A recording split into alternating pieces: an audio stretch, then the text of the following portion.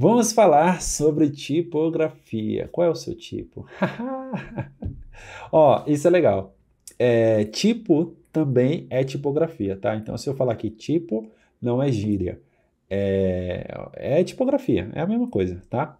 Só que o que eu quero dizer para você logo aqui de cara, você tem que pensar na letra que você vai estar utilizando, que a sua tipografia tem que ter todas as letras, e quando eu falo todas as letras, eu estou incluindo também letras acentuadas, o C cedilha, se tiver exclamação, hashtag, qualquer desses elementos, símbolos, você tem que ver se tem nessa tipografia que você vai escolher para usar.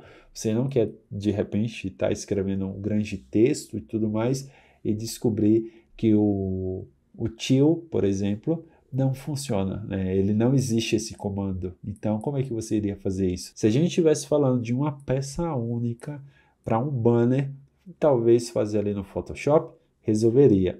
Mas pensando na criatividade que a gente vai ter que estar sempre produzindo, a gente tem que ter tipografias com todas as letras. E a fonte, eu quero me referir aqui como a família daquela tipografia. E um exemplo é você ter as suas variáveis, como negrito, itálico, tem bold, extra bold e tantas outras, tá? Tanto os mais comuns que a gente já conhece, que é o regular, o bold, o black nem é tão comum assim, mas eu coloquei aqui, o itálico, mas também ter as suas outras possibilidades. Porque você tendo essas possibilidades, você vai ver que você não precisa de muitas fontes e de repente transformar tudo aquilo ali numa salada de fruta. Então calma que a gente vai ver mais um pouquinho sobre isso. Mas ó, os tipos mais comuns, tá?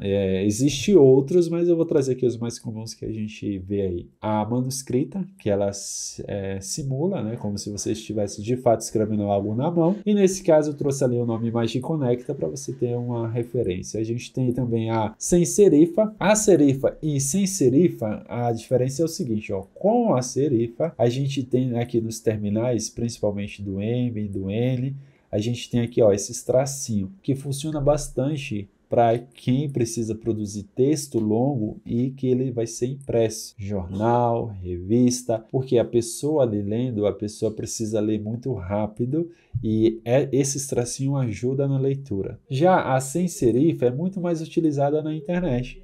E daí você pode escolher uma possibilidade de fonte que faça sentido com a mensagem do seu logo, do seu projeto. E a manuscrita, como eu disse, é a que vai te trazer essa ideia de ser algo mais manual. Vamos às dicas. Só recapitulando o que eu acabei já de falar, use tipos originais, que é para você justamente ter todas as letras, todos os símbolos que funcionam, principalmente a acentuação. Use até 2 tipos de fontes, né? 2 tipos que fazem contraste com seus textos. Isso porque você não precisa de muito. Essa é a verdade.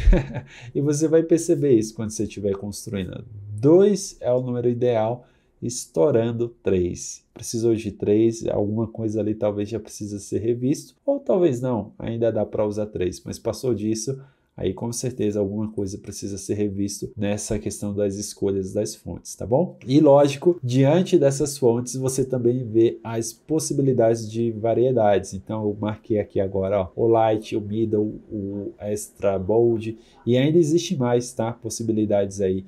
E é sempre bom você ter essas fontes com essas variedades. E dito isso, a gente termina aqui a nossa aula sobre tipografia e na próxima aula a gente vai falar sobre o seu projeto.